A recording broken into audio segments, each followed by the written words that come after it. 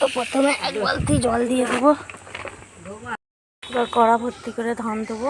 আমাদের ধান সেদ্ধ হবে, মুড়ির ধান করা হবে, আলো ধানকে দিয়ে মুড়ির ধান হবে। এই যে বস্তায় ধান আছে, ধানগুলো ঢালবো। ধানগুলো ওইটা করে তুলুন।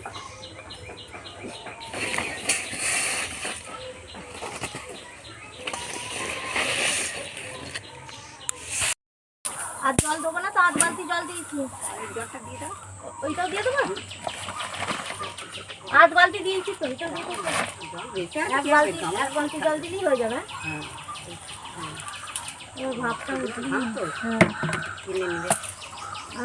3 বার তো সেদ্ধ হবে। আর দেবো না ধান, ধান দেবো না।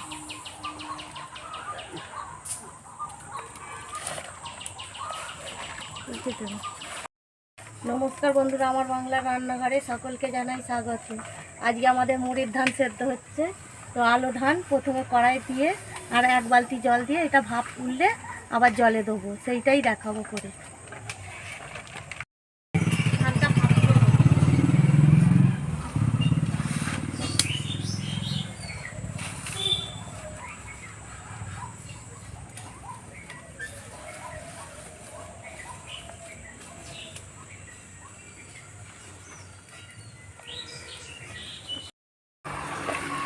ধানগুলো আমার ভাপানো হয়ে গেছে।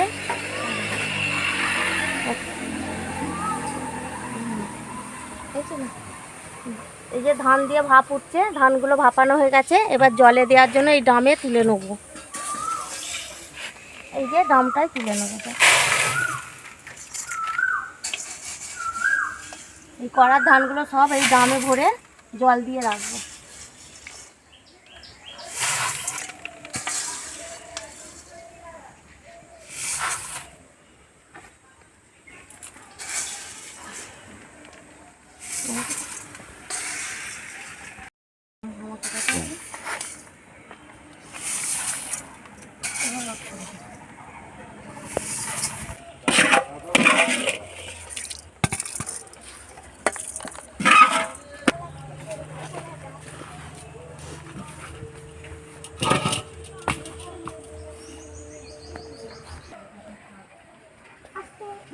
এবার ধানের মধ্যে ভর্তি করে জল দিয়ে দেবো।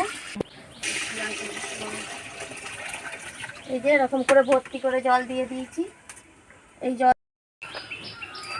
এই যে গরম ধানে ভর্তি করে জল দিয়ে দিয়েছি। এই ধানটা আজকে সারা দিন রাত, কালকে সারা দিন রাত ভিজবে। পরশু দিন আবার ফিরে আসবো ধান সেদ্ধ করতে। এবার দ্বিতীয়বার সেদ্ধ হবে, তার জন্য ধানগুলো আমি ছেঁকে নেব।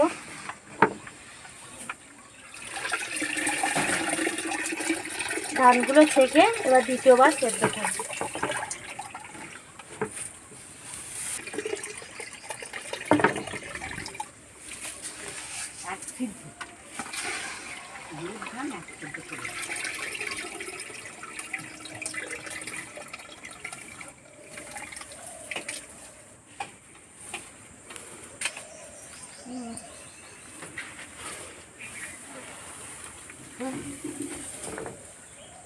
কড়াইয়ের মধ্যে জল দিয়ে দেবো 1 বালতি।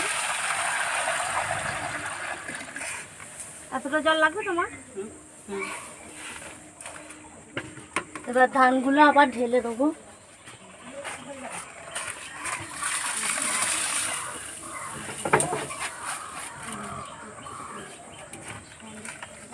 এইভাবে ছেঁকে ছেঁকে 1 কড়া ধান করে নেব।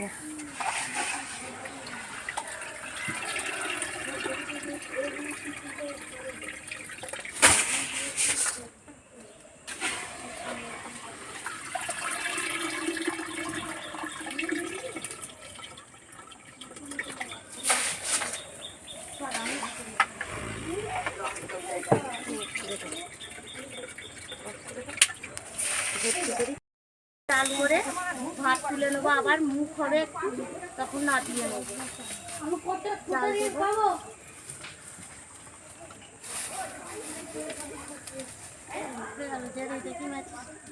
চলে যাবে।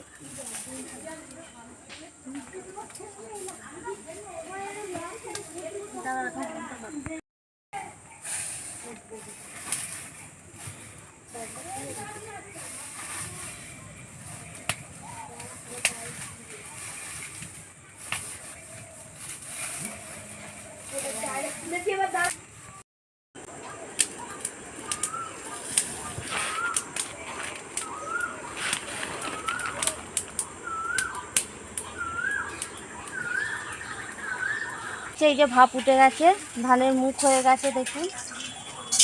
এই যে এই টাইপের হবে ধানগুলো। এবার তুলে নেবো, আবার জলে দিয়ে দিতে হবে। আজকে এই ধানটা তুলে যদি শুকনো করতে দিই তাহলে ভাতের ধান হয়ে যাবে। এইটাকে আবার কালকে সেদ্ধ করলে তারপরে মুড়ির ধান হবে।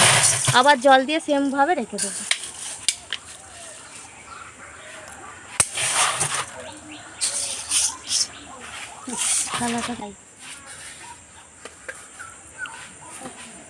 এই যে মুখগুলো ছাড়ছে, আরও ছেড়ে যাবে কালকে যখন সেদ্ধ হবে। শামুকের মতো সেই সিতুই যেমন খোলা ছেড়ে খুলে যায় মুখ, সেরকম ধানের মুখগুলোও খুলে যাবে। একদম কালকে এক করা ধানেতে আবার এই ধানগুলো হয়েছে, আবার এক করা হবে। এক করা নয়, হাফ করা হবে। বেড়ে গেছে, ফুলে গেছে ধানগুলো। সেদ্ধ হওয়ার পর ফুলে গেছে ধানগুলো।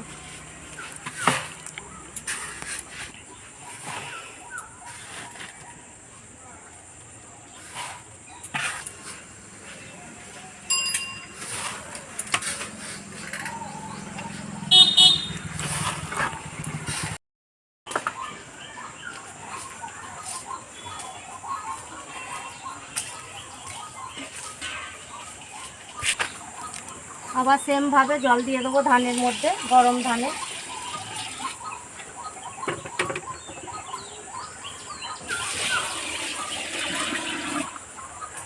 আরও জল দিতে হবে ভর্তি করে।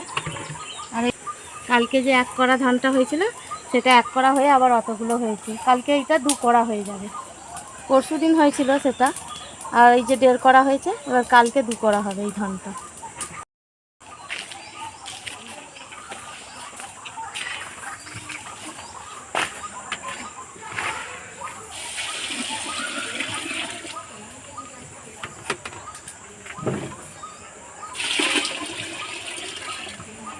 এটা আবার ভিজবে, কাল সকালবেলা আবার এটাকে সেদ্ধ করে তারপর শুকনো করতে দেওয়া হবে।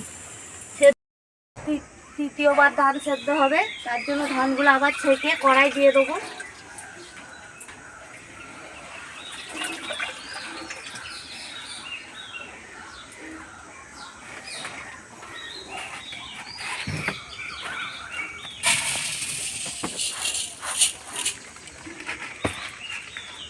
আমাদের এক কড়া হয়ে গেছে, আবার এক কড়া চেপে গেল।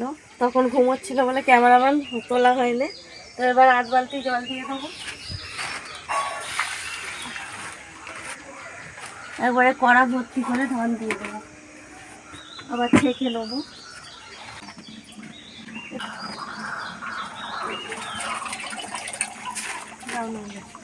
এবার যাও কড়াটা ভর্তি করে দিই, কালকে এসে তোমাদের গাড়িটা বসতে হবে।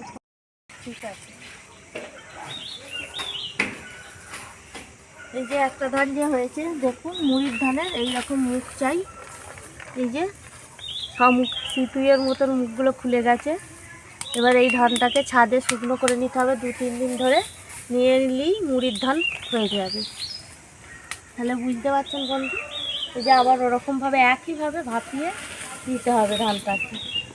নিলেই এরকম মুখ ছাড়লেই তখন এবার তুলে নিয়ে ছাদে শুকনো করতে হবে।